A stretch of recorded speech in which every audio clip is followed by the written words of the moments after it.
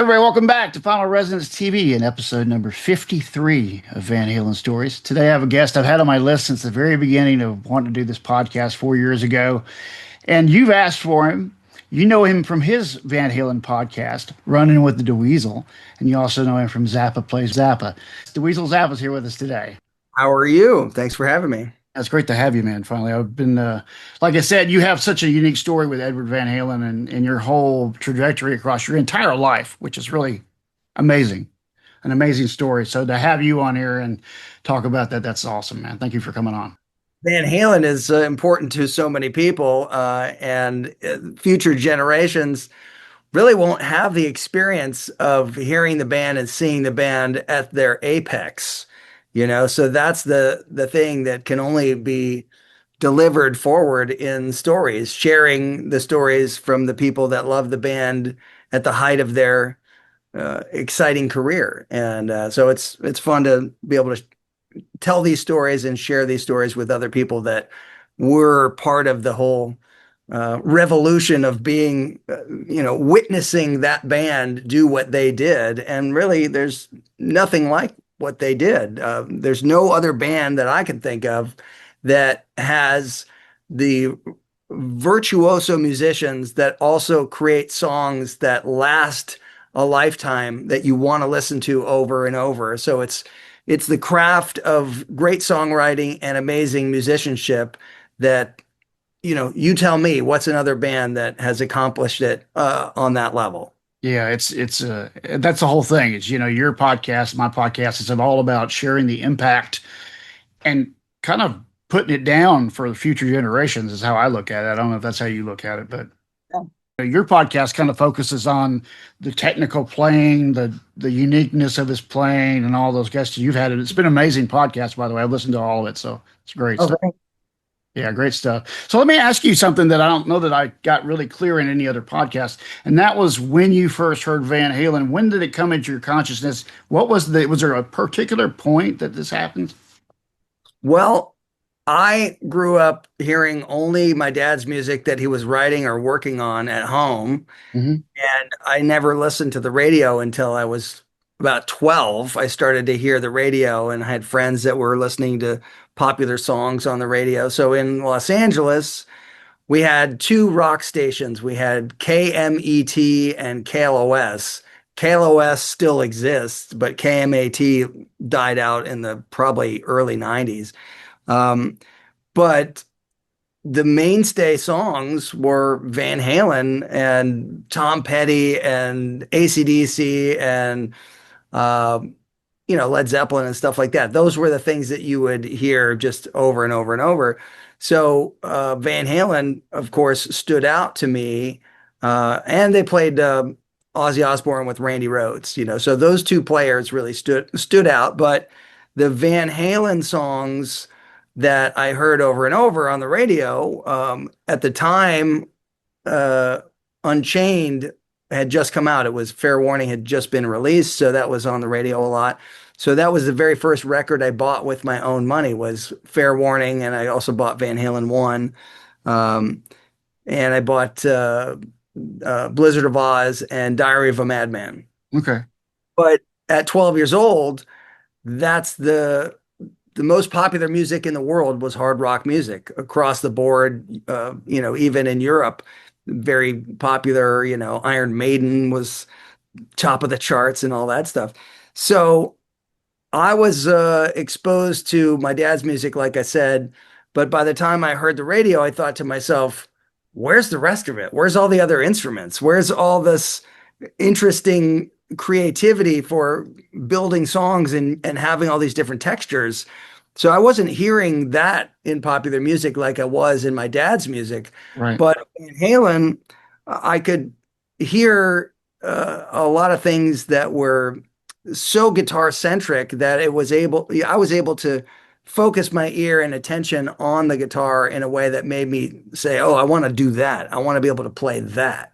And which in my dad's music, I couldn't do as much because I knew you had to know so much more about the music to be able to learn to play the different parts. So that's for another day. I'll do that somewhere down the road. But the Van Halen thing was instantaneous. I just couldn't stop wanting to learn how to play Eruption and all these other things, you know. Right, right. Yeah. So that whole progression ends up with this particular event in your life in 80, I think 82, Yeah. where your dad, what's the story? Your dad, he knows about your dad, he talks to your dad, and then he ends up at your house. How did that actually happen? So it's a little bit complicated. From what I experienced, it was all an unknown situation. It was just a random phone call that came into the house. And then 20 minutes later, Edward was at our house. You know, he drove over and but years later, I was able to find out exactly how it all got put into play. And so I'll condense the story, but Steve Vai was in my dad's band at the time. And Steve Vai went to the show that Edward played at the Roxy with Alan Holdsworth. Right, right. Meeting Edward at that show after the show, told him that he worked with my dad, and Edward had mentioned, "Oh, I'd like to meet Frank Zappa," and he knew that my dad had recently built a studio, and he was thinking about building 5150 at that point. Right, So he wanted to find out some information about the studio and maybe come see the studio that my dad built, the Utility Muffin Research Kitchen. right. So Steve had given Edward Steve's number. Edward called Steve. Steve wasn't home. Steve's roommate gave Edward my dad's phone number.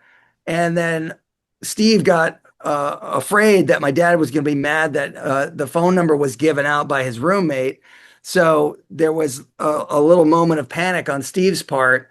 But Edward called the house, ended up it was him, and my dad talked to him and then invited him over. He came over. My dad invited Steve to come over, and that was when the four of us sat around in a circle and were passing around this guitar that Edward brought over, which was that purple Kramer that he had played the night before Okay. with Holdsworth, and it had a piece of tape over the headstock, and it had two um, pickups. You know, it had two humbuckers, a neck humbucker and a bridge humbucker, and it had the Rockinger tremolo on it. Oh yeah. So that was what happened. He came over and he brought that guitar in, and he walked into the studio. And I've mentioned it before. As he was walking up the stairs, to me, it was like watching a superhero, a real life superhero appear. And as far as I was witnessing it, it was like backlit with a smoke machine and the whole deal.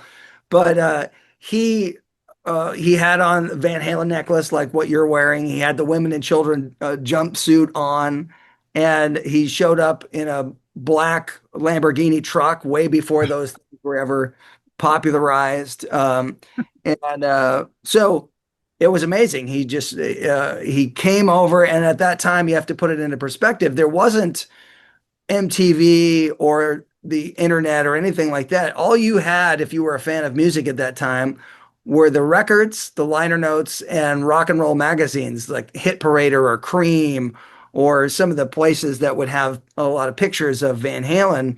Um, so, but I never knew what he sounded like. I never had heard him speak before. You know, this was the first time hearing him talk, and then he was able to answer a lot of questions for me. I asked him to play certain things, you know, the Mean Street intro, Eruption, and I was able to watch where he put his fingers, and that immediately altered how I could see the guitar and then want to learn things, because if I saw where his fingers were, I could kind of emulate that when I was listening for the notes and try to put my fingers in the right place.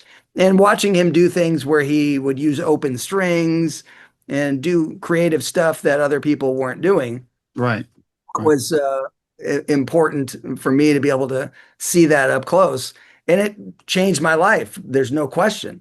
I was gonna say, when you did you ever see him prior to this? Like I saw him on Don Kirshner's and around that period.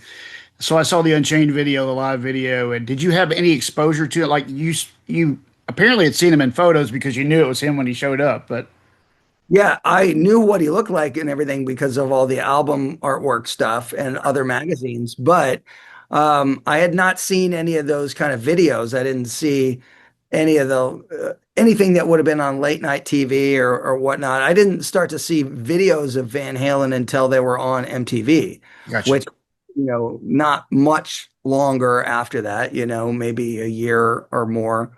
Right. Uh, so at the time that he was coming over, he had just finished Diver Down. Right. Uh, so that was cool because we got to hear the record before it came out, and Cathedrals was really cool and all that stuff. What did your dad, when did he become aware? Was it through you that he became aware of Eddie Van Halen? Pretty much, yeah, because I was playing him things like the solo from Push Comes to Shove and Eruption and some other things where it was just very clear that Edward was doing things that were different than other people. And my dad um, famously was the guy that said, Edward Van Halen reinvented the electric guitar. Right. That was an original quote from my dad at some point in one of the guitar interviews that he had done. And he really liked his playing, and he also really liked Alan Holdsworth's playing. So that was a big era of this thing that was happening with guitar, where there was a lot of creativity with sound and the influence of, I wouldn't say jazz. It's beyond. It's more of a fusion of that kind of thing, but creativity, like a different approach to guitar. Because Alan Holdsworth, his playing has influenced a lot of people, whether they can play like him or not. They like the contours, the melodic flow of his ideas, and they try to put that into their own playing to some degree. And Edward did that quite a bit. He was much more of a pattern oriented player. So he would recognize shapes and employ them in different places on the neck. Right. And he would use them to get a similar kind of sound to Alan Holdsworth.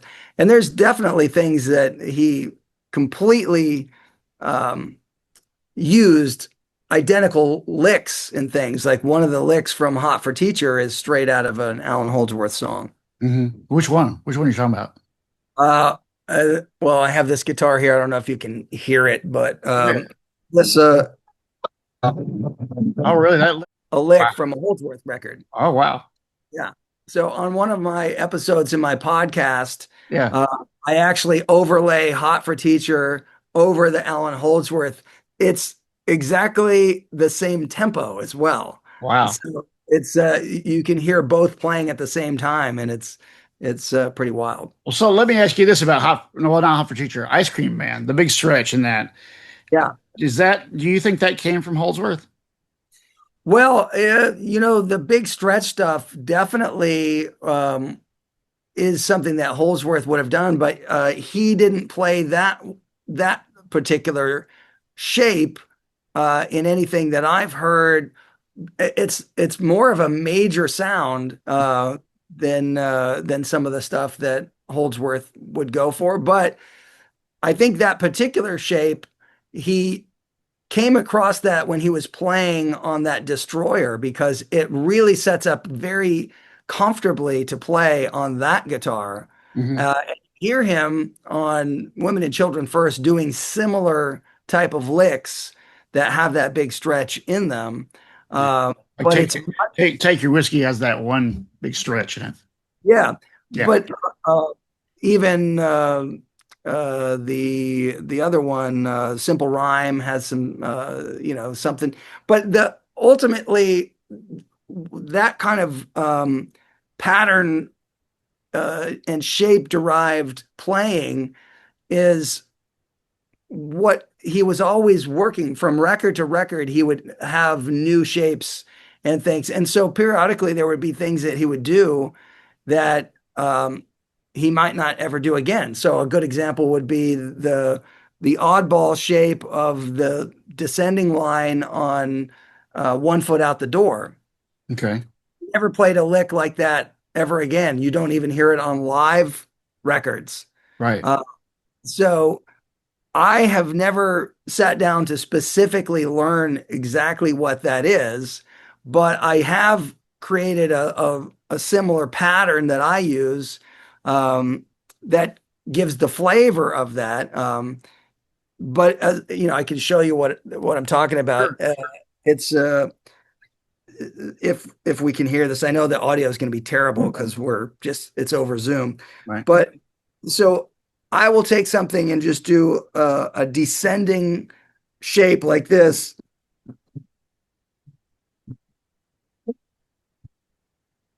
But if I play it the way I'm talking about,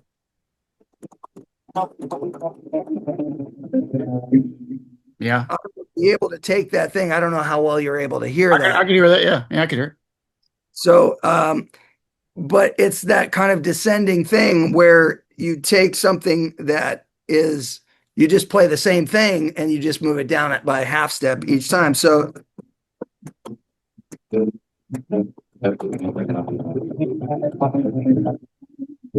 Right. Right. It's so weird to me how he would like, in the early days, because I do a lot of back history, back to when he was in Mammoth and how he played then, and then how there was this evolution that happened in the late 70s with his playing. Then he became very shapes based and he got out of the typical pentatonic boxes and got into the shapes thing. yeah, And then these really out of the box licks that are just so random. And one of the things that always hits me is when I used to play Beautiful Girls at the end, when he's vamping at the end, every lick is different. It's like there must be 30 different licks. yeah. Well, he's got a great vocabulary with all that stuff. Right. And some of the things he probably had worked out, and then some things were just thrown in at the moment. I think that generally he knew what he wanted to do and he was able to visualize it and just express it at the speed of thought. Right. Uh, but when you think about the shapes, the main thing about his playing is that he would take the pentatonic shapes that he was very familiar with, but he would start to use major and minor at the same time. Hmm. And so what that ends up with is it gives you a three note per string area on the guitar that gives you a couple of oddball notes. So I'll give you an example. So if I play in the key of A and I'm just going to play regular pentatonic, Yep. that's the minor pentatonic. Yeah. But the major pentatonic would be the exact same shape, but 3 frets down. So it's basically F sharp minor pentatonic, but against A, it will be major. So if he took those two shapes Right. and he's moving those back and forth, or he decides to play them 3 notes per string, Yeah. so that's basically what's happening is he's taking the two pentatonic shapes and he's combining them as a 3 note per string situation, or he'll move from position to position. Right. Right. So those kind of ideas, but that's where some of those oddball eruption style licks are derived, where it's like, Right. Right. so he has that string cross right there. Right. That's the thing that is really cool about the phrasing of that lick, because you could play the same notes here, but he does it here. So, so this weird part is that it's the ascending part gets confusing as to which string you're going from. So it's like sorry. So that part right there would be the same as doing this Right. Right. sound of going from string to string. There's more gravitas and excitement in doing the string skip, versus this Right. doesn't sound as good. I noticed that also in Mean Streets, the same lick that you hear in Eruption, that he goes, he gets into F sharp there. There's the same kind of almost similar movement down through that scale when he goes down the down run and then plays that F sharp little thing that's outside of that, Yeah, going to the, what's it, B flat or there, whatever it is he's playing there. Uh, no, it's a C, I think, but he's just kind of pushing out of the scale for that one note, right?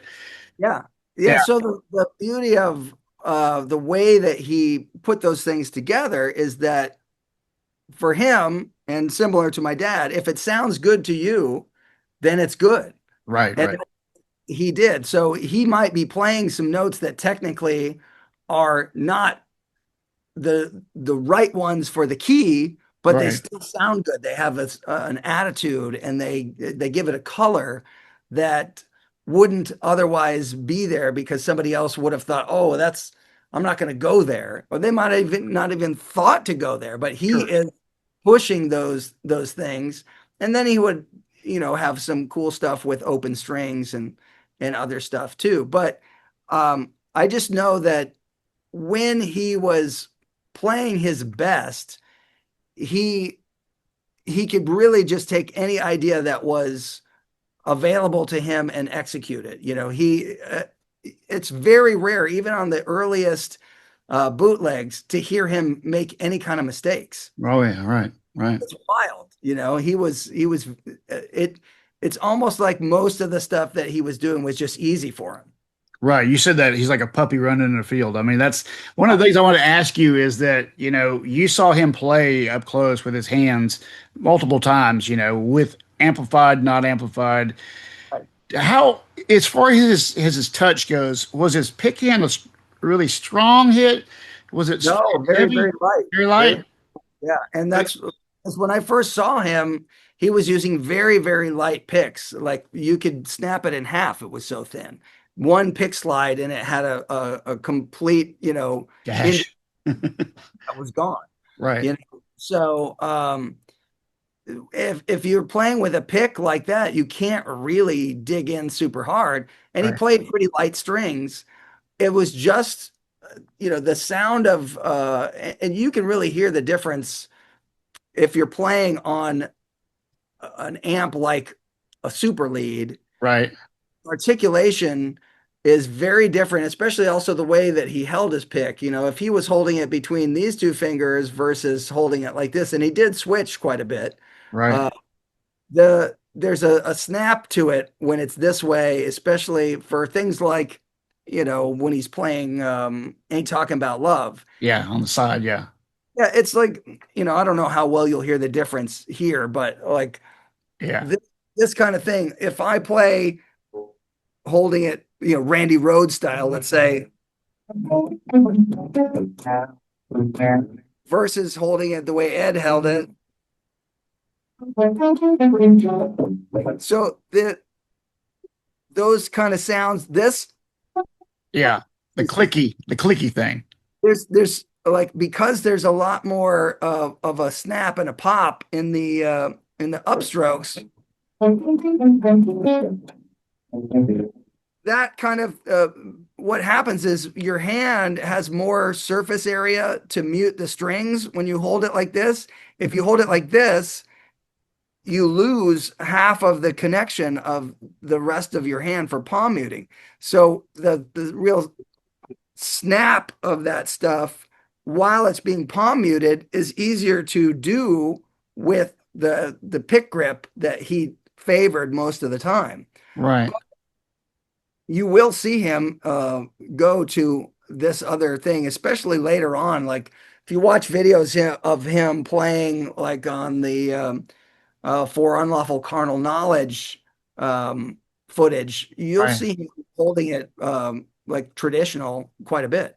Right. I was going to say that there was the recent videos that came out, 78 videos, that big dump that we had, about 6 months ago.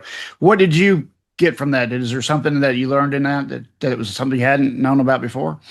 Well, I've seen some other stuff that hasn't come out, but The thing that I was really surprised, and you don't really see it so much in the videos that you're talking about, but there was some stuff, some live footage that I saw where he was doing this almost throughout most of the songs, holding onto the bar with his pinky, Oh, really?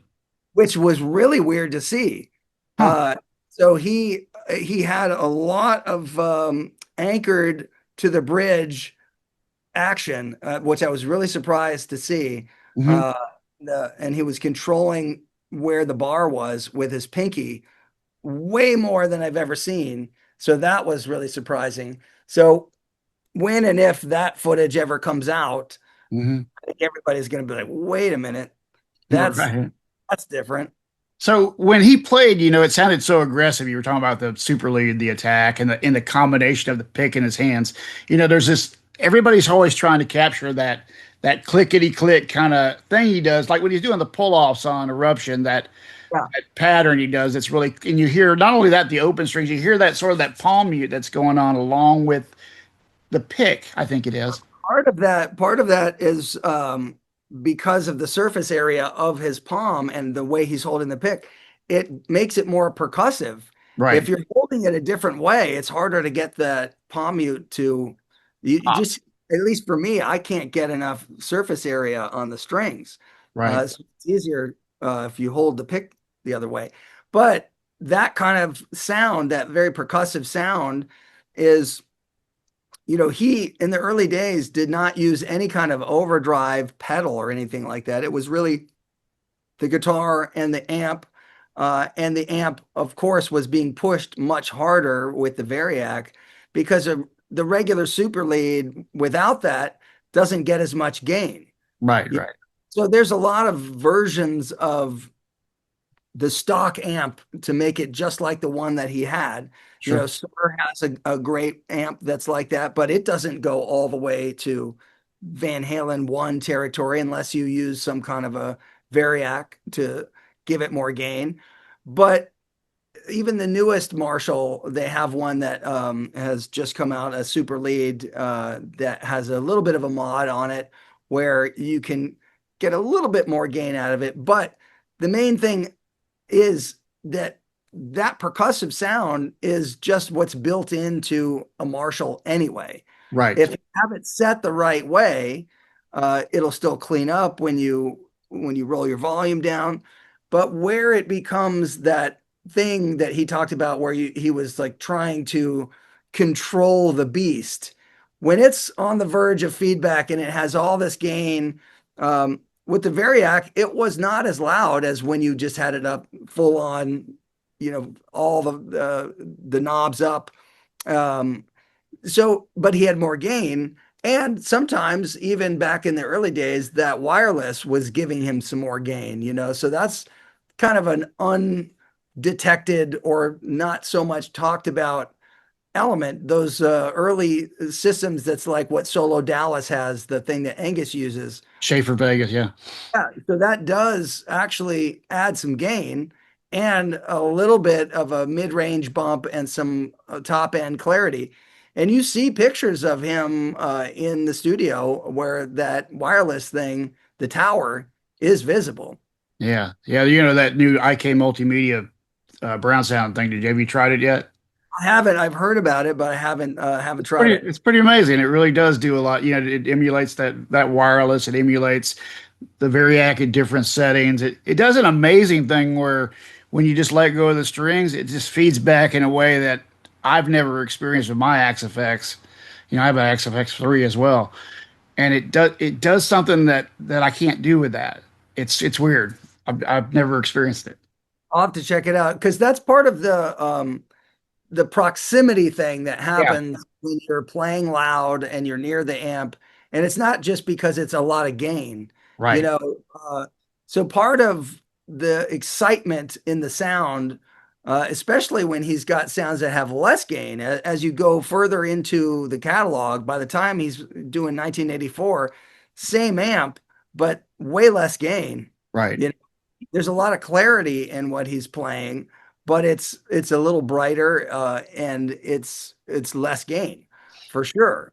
I was going to ask you about the Destroyer since you and I both have had a chance to play that Chris Holmes Destroyer, the one on Women and Children First. You did too. I know that you had a chance to play it. Yeah, So, did you think that the scale and the size of that the way that it's laid out was one of the reasons why he really preferred that Destroyer?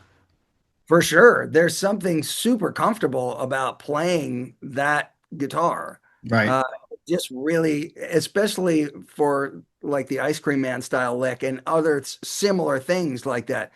It's the scale length and the way it sets up is it's very intuitive to play that stuff. It's way more difficult on a Strat to play some of that stuff. You know, you saw the positions he would typically put himself in to make it more playable. Sure. Uh, but it's not a super easy thing to do. But yet that particular guitar sounded amazing. The pickups in it sound great, and it does have that Van Halen vibe. When you just play any kind of Van Halen song on it, Yeah. it it does sound very Van Halen. Yeah, you know, those both came from the same store in Pasadena. Right. And yeah, there's an amazing story behind that where Sheryl Crow recorded all like one of her big hits in that same room. Did you know that? No. That actually was it Bottrell Oh, studio, Bill Bottrell's studio? That's the room that was the guitar store. oh wow. Didn't know that. Yeah, in Pasadena. So anyway, yeah, those guitars they were the first two I think that had come over from Japan. I think is what's the story is. I don't know if that's true, but it's pretty cool. It's pretty cool that this shark. You know, he was all about how he tore it up. You know, I don't know what did you. He still used it after he tore it up. Yeah. Well, I would imagine it still sounded good. It just wasn't exactly what he used to like about it, you know. And it's really interesting to see that he also played that shark guitar, star guitar on the Van Halen 2 tour, which, you know, this guitar that I have right here is Right, an homage to that. You know, he called that UBAB 2, right. but we made this one UBAB 3, subset. That's cool. Yeah. So, but this guitar, there's a bunch of people that conspired to make this guitar possible. So I got a message on Instagram from Scott Bawden, who has the Fugly brand guitar shop where Yeah. he does jobs and some other things. Um, and he said, "Hey, I want to make something for you." And I said, "Great." So we came on to this idea of let's make a Strat with the Dan Electro headstock and have the Star guitar paint job Right. because I've never seen anything like that, you know. And then, of course, I added some weird pickups that Edward probably never would have chosen himself, but I wanted to make it a different kind of guitar for me. So if you look at it, it has a tele pickup, and then it has this sort of gold foil pickup, and then a regular um, humbucker. And so it's a really interesting, cool guitar. I have a Vega trem on it, but Right. the the headstock is Dan Electro style. I love it. Yeah. It's cool. Uh, and so, but what happened was um, a few different people got involved. So Don Ward from Donnie. Vested Yeah. Guitars, Yeah, I know Donnie. he built the body and the neck. Hmm. Then it all got put together by Scott and some other people, and Scott did the paint job, which I think is an amazing paint job, and it does give the the special tip of the cap to that really cool Star guitar. But what's interesting, if you hear bootlegs from that tour, it's actually one of his better tour guitar tones. And Right. that Star guitar, to my knowledge, I don't think he actually used it on records, but he played it a ton on that tour. Right. Right. Right. I remember the videos were awesome from the 79 Yeah. videos. Yeah. I mean, is he just killing it with that guitar? It's so killer. Let me ask you some stuff about, there's a couple things that I want to cover. One is that you knew him from 82 in through his entire life. Do you as a person, you know, I had Jazz Obrecht on here, and we talked about Eddie as a person and his personality. He said he was one of the most sensitive people he'd ever met. And being somebody like yourself that's been in the business for as long as you have, and your father and all that, how did he handle all of this fame and the pressure of it all? So when I met him, I think he was only 25 or 26 years old. Right, And for a guy that was arguably the most famous musician in the world at that time, he was so down to earth as far as what I could tell, because he didn't have an ego about him that you would expect from other types of people. right, He was easy to have a conversation with, and I was only 12 when I first met him. So it was a very kind and generous person to me, and always was. right, He was the first person that called me when my dad passed away and the news came out. And so, he didn't have to do any of those things. But there was a sensitive guy in there, and he was always, my experience with him was that in the certain situations where he would be uncomfortable because there might be a lot of people around and there's going to be attention to him. One of the ways he kind of passed that off was almost like, "Hey, who's here? What's the big deal?" But it's the big deal is him. right, right. Like he's looking around the room like everybody else. Like, what's everybody about? So I love that about him because as a kid, I got the impression that there would be no reason for you to ever have an ego that outsizes you as a person versus anybody else that's just a person. It's like, yeah, you might have a set of skills, but you're still just a person. It's like you're not any better than somebody else because you have a skill. Now, a lot of people get this attitude, put themselves on a pedestal, and they want to have this advantage that they want to create where they can talk down to people or treat them differently because they think they're something cooler than. And I don't like any of that stuff, but I never was around that stuff. I wasn't um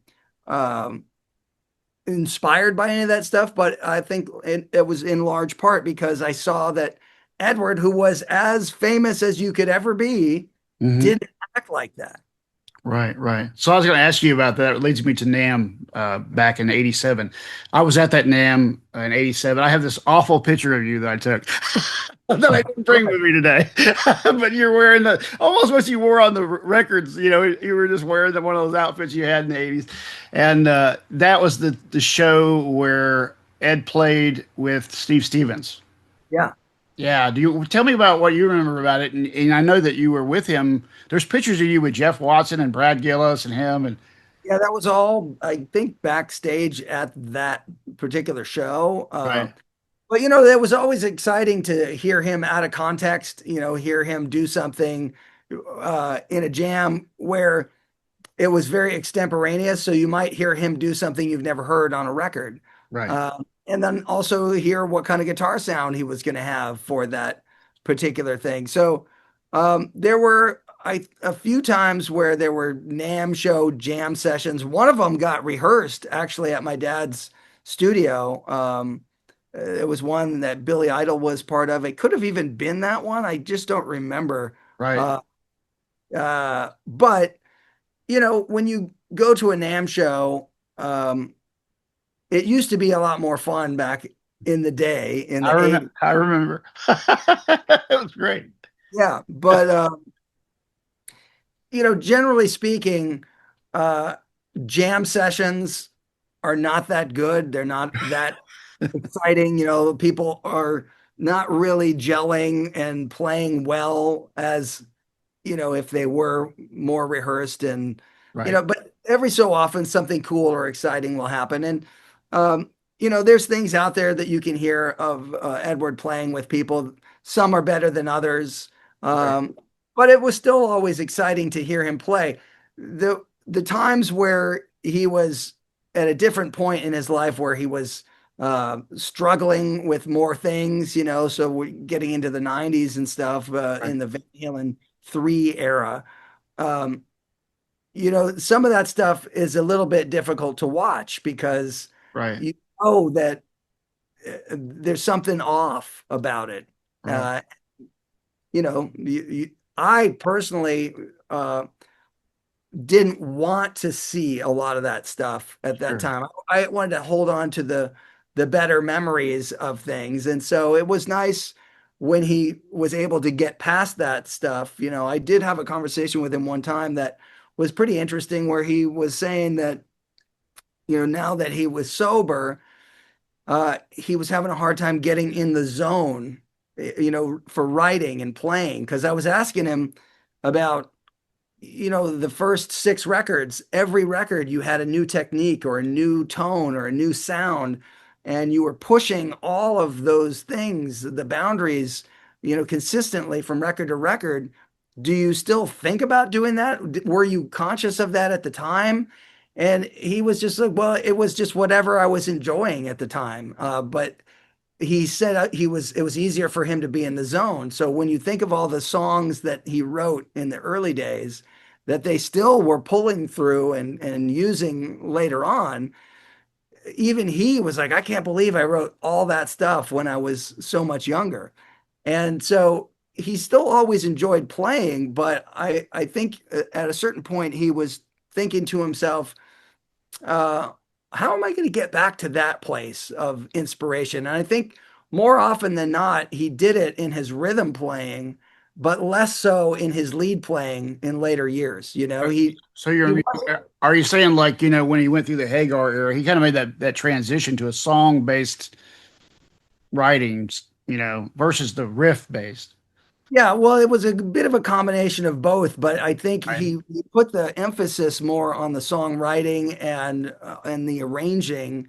Um, But you can look at a song like 5150, which has really cool parts in it, like interesting rhythm parts and things like that, that um, even something like that never really came back in later records as far as um, that kind of combination of just signature rhythm playing and cool, weird twists and turns. I got to ask you something that goes back to this thing you just mentioned, where he goes and collects these demos, because that's been something that's been on this podcast. I mean, you had John Shanks, you had Mike Wolf, I had who was the other person? Well, Craig, obviously Yeah, part of this, right?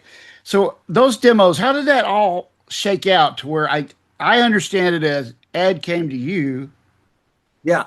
and then He you called went, me and said, "Hey, what do you have as far as bootlegs? I'm looking for stuff for inspiration, and I don't have any of that stuff." I said, "Well, I got a ton of it. My friend Craig has a bunch of it. We can put it all together and you can come grab it and listen to it. We can mark some stuff for you to listen to so it'll save you some time." And so we did that, and he ended up listening to a bunch of that stuff. And I guess he took those boxes of things over to John Shank's house, and they went through some of that stuff and found bits and pieces and decided on the songs that they wanted to use. And I'm pretty sure Wolfgang had a lot to do with making the selections of that stuff. But I had made a suggestion. There's one bootleg that has a riff that he started writing that has never turned into anything, but it was when he would plug right into that Marantz stereo direct, and it was like a power amp distortion. But he had this one riff that he was working on, and you hear him with the same sound working on "Somebody Get Me a Doctor" and some other things. But this one riff, which I've never learned, but it, I said, you guys should take that, use that as the intro, just as is off that cassette, and then build the song from there. So it has your original inspiration as the intro, and then the song kicks in modern time, you right, know. right. So he liked the idea, but they never did it. Wow. Yeah, that I really enjoyed that album. I mean, how it came out was great to me. You It know, was cool to hear some of the stuff that felt like it was the classic Van Halen again, like which, Bullethead and all that. yeah, the fans, of course, want to hear that kind of stuff. And from the opposite perspective, as the artist, I think it can feel like your hands are tied because you're like, hey, I want to do something that's different than this. Why do they only want to hear the old stuff? Right, right, So there's going to be that struggle as the artist to say, hey, I just want to do what makes me inspired or feel good at this time. right, And they don't want to have to consider what the fans want. right. They want to just do what they do, which is what they did on the first six records anyway. They weren't thinking like, what are the fans going to want?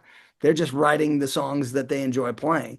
So you got to give the balance of it to the artist to be able to say, go ahead and do what you're going to do.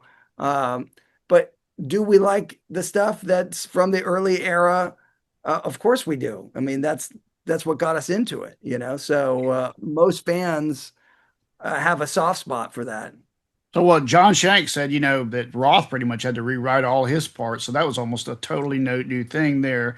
They were Right. probably using a lot of, like we know they were using bases of old things for the musical parts of it. But there were new things in there too. I mean, I think Honey Sweetie Baby Doll was something fairly modern. Yeah, there were definitely some new riffs thrown in with the other older riffs. Right. Um, but I think it's one of those things where there's definitely stuff in the Van Halen catalog that could be uh, released for the fan base, could be remixed, could be looked at in different ways, but it hasn't come to fruition because Van Halen has struggled with any kind of uniformed decision-making process. Right, that's a good way to say that. I know exactly what you're talking about. Yeah, it's very difficult to get everybody on the same page to come together for whatever project they might be working on. That's always been the thing, with the videos and all of this stuff that's out there. There's so many opportunities that I always like, don't you guys want to at least, put this out? I mean, like the 81 videos, we've all been wanting high quality versions forever. We think there's a full show somewhere on audio at least, so it's there. But I mean, Yeah, I mean, it's disorganized, and one of these days, maybe there will be some ability to hear a lot more let me stuff. ask you about going to 5150. How many, did you go up there a lot, or how much time did you spend there? I went up there a handful of times, four or five times, but one of the times was to record Edward playing on this record that I've been working on for a long time called "What the Hell Was I Thinking?" And it has all these other different players on it. Angus and Malcolm Young play on it, Yngwie's on it, Steve Vai, Steve Morse, Warren DeMartini, Brian Setzer, Brian May, Steve Lukather. There's a bunch of different people on this thing, and I'm gonna have more modern players too on it. It's been a project that I've worked on and off for a long period of time. It's had some technical problems, which is what sidelined it for a little while. But when I did the recording with Edward, he played through his classic Marshall, so I got to play through it. And it was funny because one of the things that he did on this record is we made a greatest hits solo where I said it would be funny if you play all your best licks in one solo. Right. And, it's a fairly lengthy solo for him, it's like over a minute. And uh, he's like, well, like what licks do you want? And I said, well, you got to play something from Push Comes to Shove. You got to do um, Ice Cream Man. You got to do so. The stuff that he couldn't remember, no, it's like this lick. Do this one. He's like, why don't you play it? You sound just like me anyway. So he was. But what was cool about it was the reverse of when I worked with him on My Mother's a Space Cadet when I was only 12 years old and playing guitar for 9 months. Right. I was playing in the studio and he was showing me how to punch in and overdub. And so it was the roles were reversed. Now I was punching him in and making sure that it was right at the right time so he didn't erase a good part. So you worked with Don Landy at that point too. Oh yeah, on My Mother's a Space Cadet. Yeah. Right. What did you think of Don? I mean, he's sort of like the person we don't hear from. We know very little. Greg, my buddy Greg Grinoff did a interview with him, a rare interview with him. But I always, I just think that like he was so close to Ed to pick his brain would be amazing. I've had a chance to talk with him over the years, and he's a great guy. He's super talented, worked on a lot of great records besides Van Halen. He really did shape the sound of music in the 70s with the way that he went about what he did. Hmm. So I wish there was more information that he was willing to share or sit down and have interviews, but he's a very private person. And in a similar way to Edward, um, the stuff that he did, it's like, oh, we did that. Like, who's going to care about it later? They don't have this idea of legacy or whatever, which I think is refreshing because my dad was similar in that way, where somebody said to him, "How would you like to be remembered?" And he said, "I wouldn't." That's funny. That's one of the things I want to hit with you is the whole tribute to Ed. There's been all of this time since his passing, and there's been like to me, your podcast and what I'm trying to do here is sort of like, at least for me, Dweezil is my tribute to Ed. This is the way that I can, give him something back for what he gave me. You know what I mean? Yeah, I feel the same. It's a rare situation where there's a musician and a band that has made such an impact. I mean, think of the millions of guitar players that are inspired and will continue to be inspired by him. Right.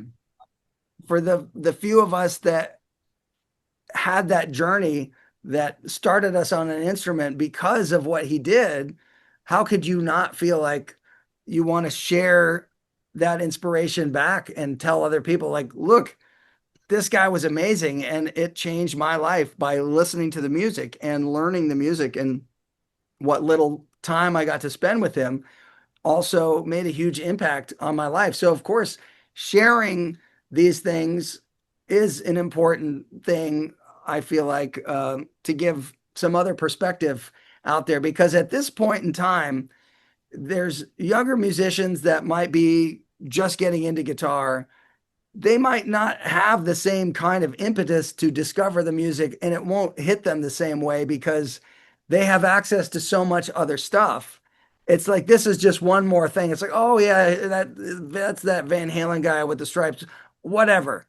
It's like, no, you can't say whatever. You have to really know how his impact changed so many things. So what I'm saying is there's a lot of younger people that don't know what they don't know. They don't know what they missed, and they also don't necessarily have an interest to explore what that is. They're just interested in the eye candy, the whatever's new and fancy in front of them. Right. So that's why some of this is important, is to say no.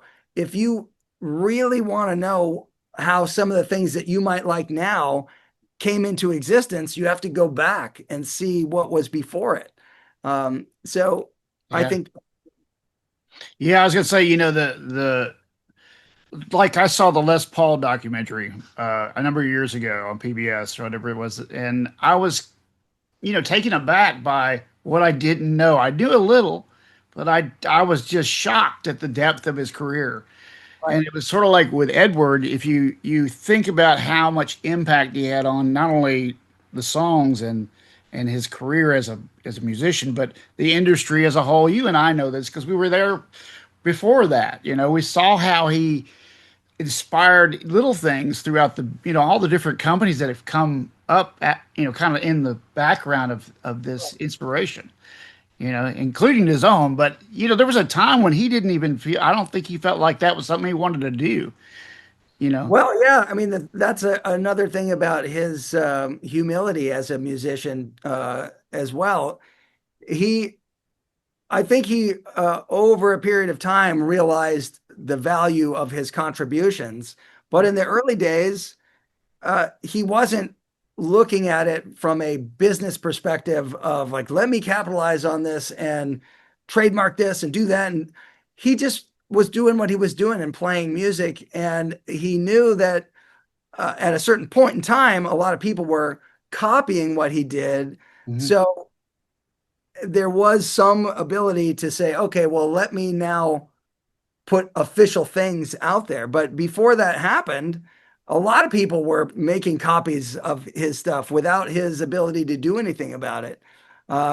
So I think there was some frustration in there at a certain point, but it was never like a motivating factor from like a business person perspective. He was mostly just a guy that was in love with the guitar and the sounds that it, and Right. he just wanted to do that, you know? Right. That's, he did it since he was a little kid. I think one of the things that I didn't know as a kid growing up is that he did exactly what I did, which was sit in my room and just play guitar forever. You know what I mean? I didn't really realize that his inspiration had triggered in me what he had already done. Right. I mean, there's no way to get good at playing guitar other than to play a lot of guitar, you know? You And can't just yeah. naturally do it. And he definitely enjoyed it. But what's interesting is I never really heard, when he would talk about Eric Clapton being his biggest influence, I didn't really hear that in his playing as much as I heard other people, especially um, like in Mammoth. I hear more Tony Iommi than I do Eric Clapton. Right, right. And then later, like let's say, like even on uh, Beautiful Girls, there's a lot of Jeff Beck inspired stuff, like this kind of thing, like when he's doing these like string, like Oh yeah, yeah, yeah. Those, yeah. Yep. that's a real Jeff Beck thing, and as is this kind of thing, like so those kinds of licks um, are very Jeff Beck inspired, but yet he didn't claim Jeff as a big influence. But I feel like I hear more of Jeff throughout the earlier years than I do Clapton or anything else. And it was funny because one time I did open a show for Jeff Beck, and Edward came to that show, came to my concert because he wanted to also be able to go up and talk to Jeff. So I know that he liked Jeff's playing, and so it was an interesting thing to see in his own playing. The influences that he claimed the strongest were the least prevalent from what I could detect. I heard other things more so. Right. There's a whole discussion about where tapping came from. It's a big rabbit hole. There Right. was Harvey Mandel and I actually, I think I told you at NAMM I was trying to get Terry Kilgore on here. Yeah. And I did eat dinner with Terry Kilgore and he told me a lot of things, but one of those things was that he took those lessons from Mandel, and of course he shared that with Ed. And Ed supposedly told Neil Sean this. There's an old interview with Neil Sean in '85 where he says, I asked him about it, and he said, "Oh, a guy named Harvey Mandel did some of that." And that's the last time he ever said Harvey Mandel's name. Yeah. But then he claims it's Jimmy Page. Well, yeah, he had that one way that he described like a moving capo. Yeah, yeah, yeah. Um, Which I but get, but that's like when he started reaching behind it to capo it, like in the yeah, end of the Unchained thing. uh, Yeah, I totally see that. That he yeah, was thinking this. yeah. I think that's the way that he was explaining his thought process on how he utilized it. Yeah. Uh, but my dad was doing stuff like that in the early 70s, but he was doing it like this. He would do stuff like this, Right. Pick tapping. Yeah. that kind of stuff. And you can hear it on the early records. So it would have been before Van Halen. Oh yeah, yeah. So there were a lot of people that were doing similar things like Things. that, but nobody did it like Edward. Right. He puts, like you said, musical pieces is how he put, his difference was that he made musical pieces with it, which, when I think of some of these licks, you hear the kind of Bach influence in his brain, there's that comes out through some of the tapping things that he does and the melodies. I think the one melody in Eruption, I think it was on your podcast where we were talking about how that one, fan picking part in Eruption is derived from some classical piece. Kreutzer or something. Yeah, something like that.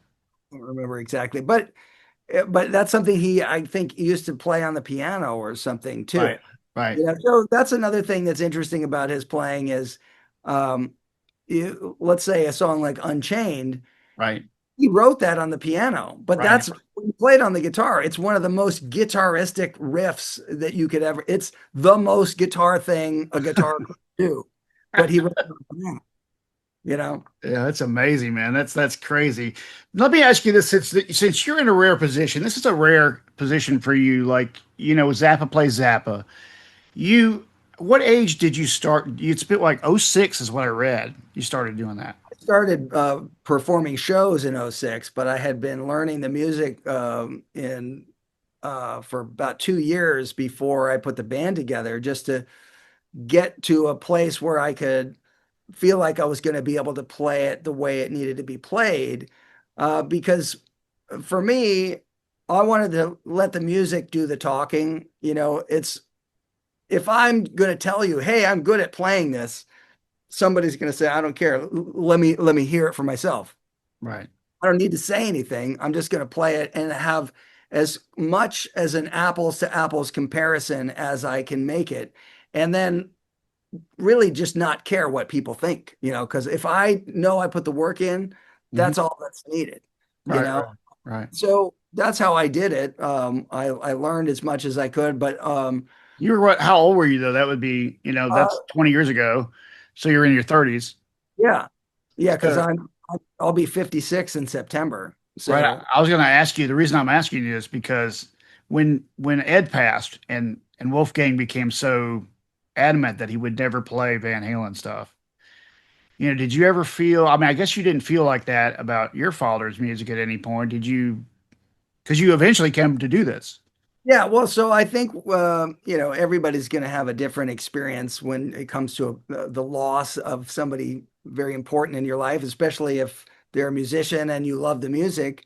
Hmm. Uh, I think for me, I felt like my dad's contributions to music were mostly underdiscovered or misunderstood. So I thought, well, if there's ever a chance to do something, even if it's just one time, where I could curate a list of songs that best represent what he did, Hmm. then that would be worth doing. And that's what the impetus was from the beginning, was to curate some songs in a way that would give people an experience to hear the best of what he did as a writer, a composer, a band leader, arranger, and a guitar player. Hmm. Because if you've only ever heard songs like Don't Eat the Yellow Snow or Valley Girl, you're not familiar with what my dad did at all. So it's Right. kind of like the opposite. Those songs that had a little bit of a sense of humor were fun songs, but that's not the majority of what he did. Really, he used a rock band like an orchestra, and he also worked with actual orchestras. Sure. And he wrote music that was largely orchestral, but he did it in a way that's very uniquely Zappa. Like if you were to say, what does Zappa music sound like? You could only say it sounds like Frank Zappa because Right. it's his own thing. Yeah. And that's kind of also Van Halen.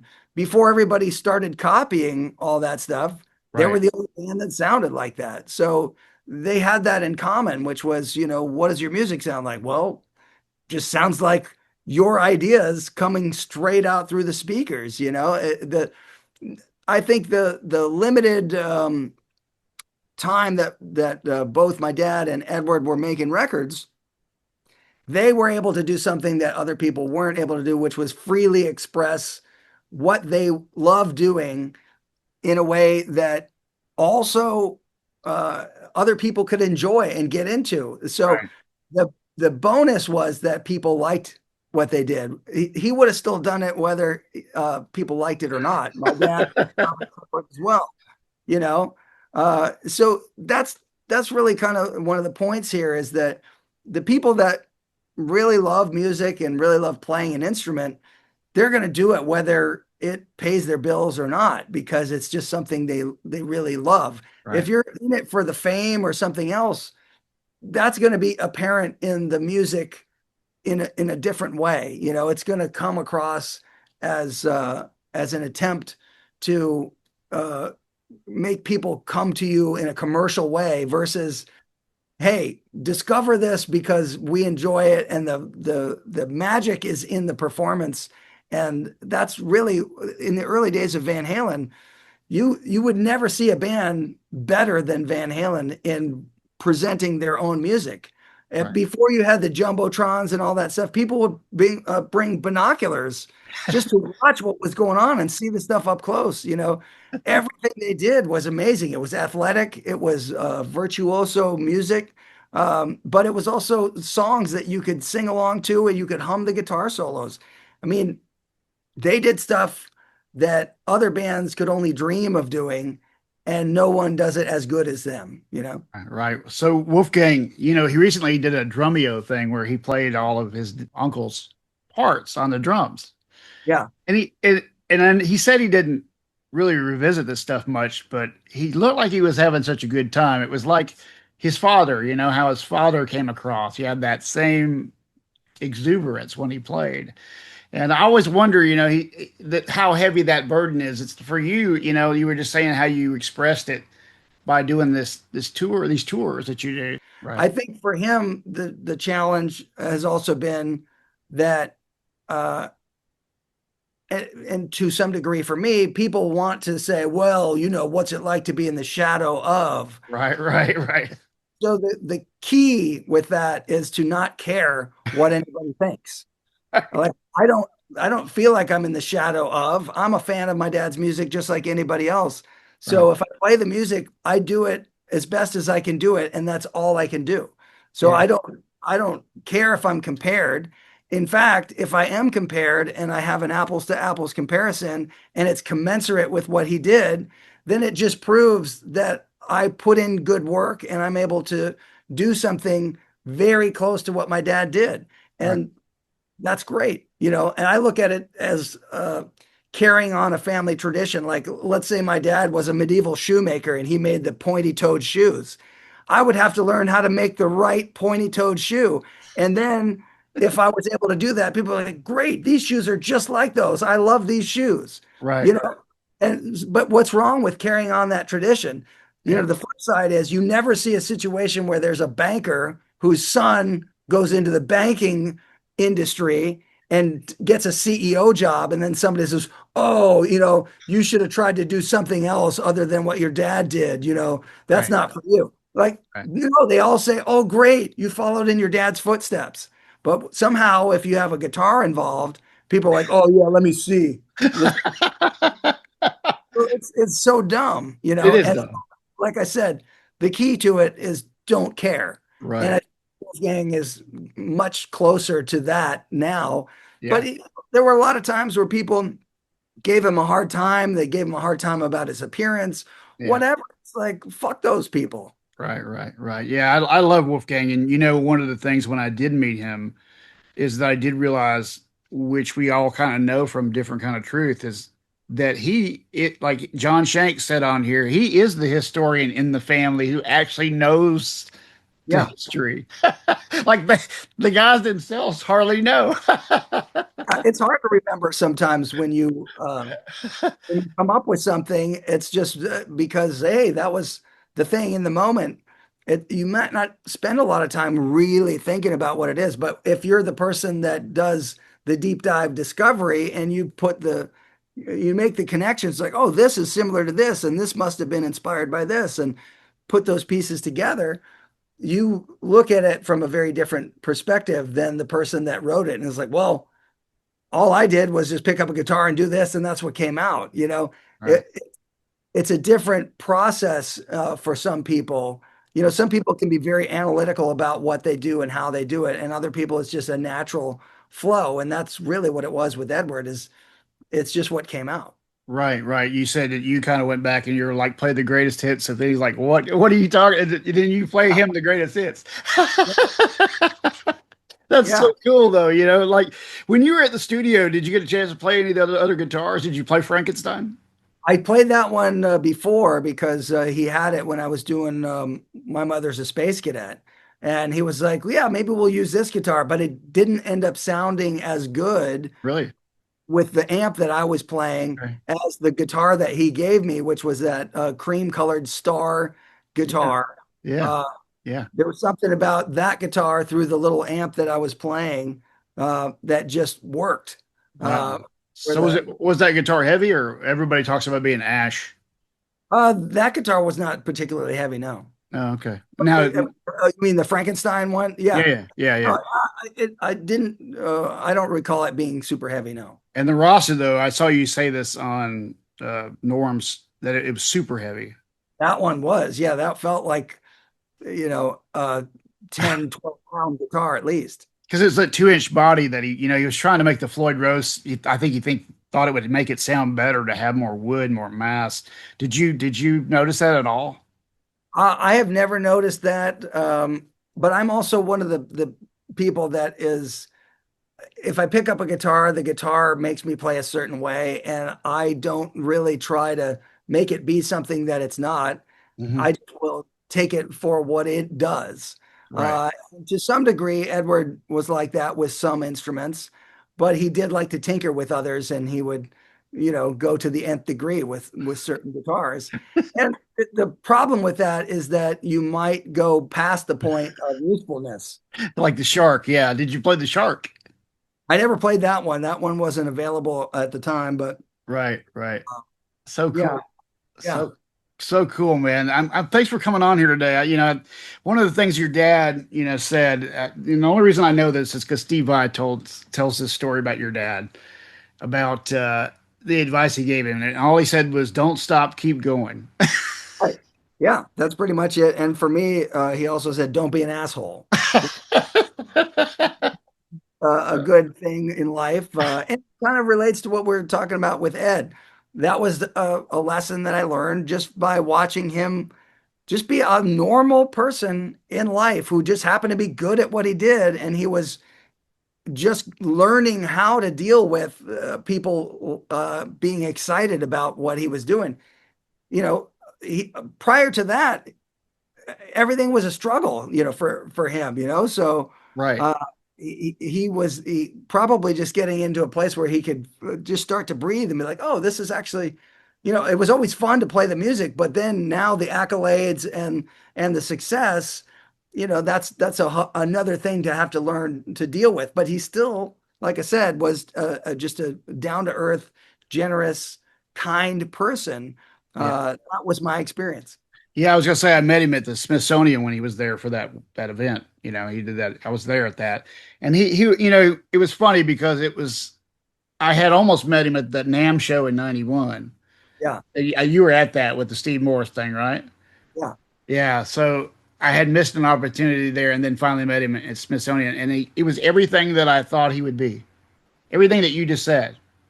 yeah. He That's had. good, because I think for the most part, that's what people got to experience with him.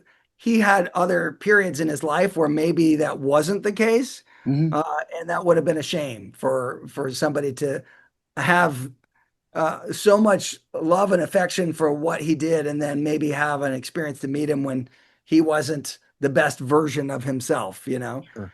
Yeah. Uh, but everybody has to be afforded a little bit of flexibility with that kind of thing. Generally speaking, I only ever saw him be really patient and kind with people.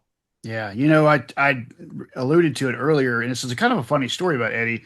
They had Don Kirshner's rock concert. They had the videos from 1981 playing on there. That's kind of how I found out about Van Halen. Is just randomly on TV one night. 3 channels, no remote control. Yep. Turned it, there he was, and I'd heard his name through Beat It by this point, so I hadn't really discovered him, and then I discovered him on there, and the Circles guitar was there, man. Yeah. before Frankenstein for me was the guitar, and Yeah. that just the impact of that, the way that it ends with all that just amazing Yeah. shredding. I was like, what is this? Yeah. It's And of course, the drums and the fire and fire. the Roth. I mean, there's probably no more of a rock and roll iconic moment, nothing better than the opening of Unchained when he's like, "Everybody up!"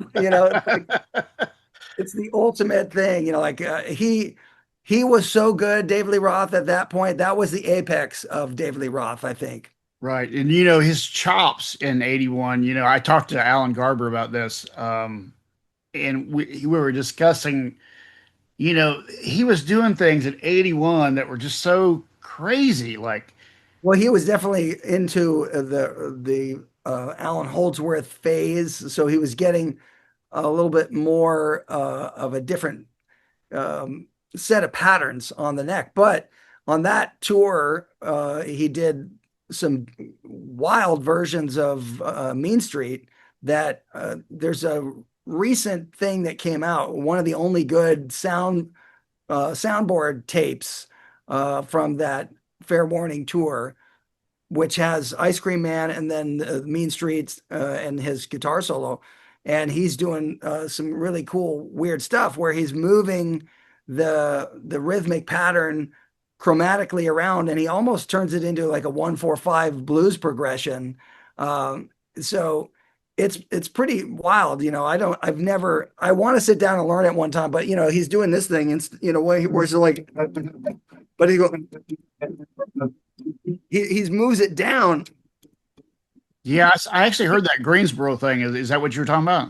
Yeah, I can't do it because I haven't tried to learn it, but that's the kind of thing where he like starts moving it around and doing these really cool oddball things that just expanded on the idea of what that was.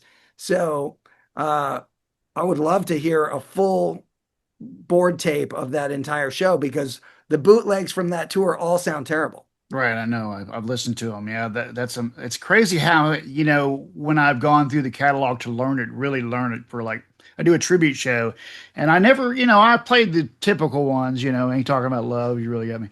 But when I started going deeper into all of the songs that are on, the bigger songs, Mean Streets, all those songs, you'll be thinking this is probably going to be okay. I could probably handle it. And then you get into it and you're like, what?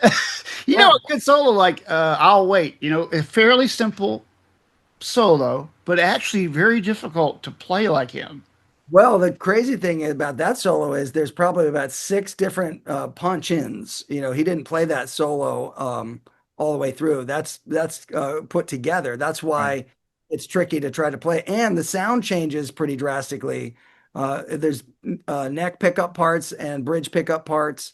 Some of it's, on the Strat, and it's like it's an oddball. I tell you another thing that I always will I have trouble with constantly is that the solo section in Unchained, how Oh that yeah. just goes in. It's sort of like the solo section to Jump. It's Yeah. sort of like flying in the air. And the whole time you're never really feeling where you're at.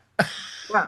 Well, that's kind of where I live all the time with my dad's music. I bet, I bet, man. I don't want to keep you all day, but I really appreciate you coming on, man. Because I always, when you say stuff on whatever I hear you on, whether it's your podcast or whether it's on Rick Beata or whatever, I feel like it's coming out of my own brain. It's like Well, I we're like, appreciate it. I like sharing stories, and especially for people that love this stuff. It's a fun thing to share the experiences and whatever little tidbits that other people might find useful or interesting. So thanks for having me on. yeah. Love it. I always say this is like if you had anybody from Mozart's life that you could tap their shoulder and start. Just tell me about Mozart. I want to know about him, and all his stuff.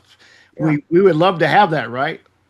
Of course, yeah. I mean, it'd be great to have firsthand knowledge of all.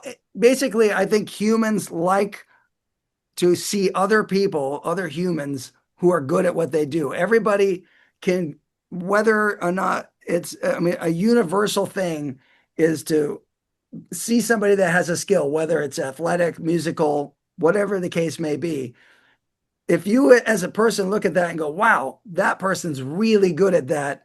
How did they become so good at that? And then you get inspired by that and you want to try to reach that benchmark. It's just a human nature pursuit. But, with Edward, I mean, like we said earlier, there's millions of people that he inspired. And how many people can ever get even close to where he was? Right, Not- right. I was gonna say that I went to the Play It Loud exhibit, and or no, where was that? Maybe it was no, it was the Smithsonian. No, it was Play It Loud at the Met, and they had a video playing of Ed in the '86 show, the solo. Right, And these are people coming through that are coming through the entire museum. They're not super fans. right. But watching them and their kids take in Eddie Van Halen, because me and you just know everything there is to know. But to watch them like in my infantile stage when I was 12 or 13 to see this and Yeah. watching that happen to them is such a cool, powerful experience to just witness. Yeah. And the funny thing is, you can't ever take away what somebody's first experience is. So if somebody sees Live Without a Net first, Yeah. if I'm looking at that, I'm like, oh, but that's not even the coolest thing. Like Right. you're missing but for them, that's the intro and that is the coolest thing. And they Right. might never see anything that to them is cooler than that. So we can't take away somebody's initial experience. We can maybe add to it by giving them some knowledge, but it's always that thing where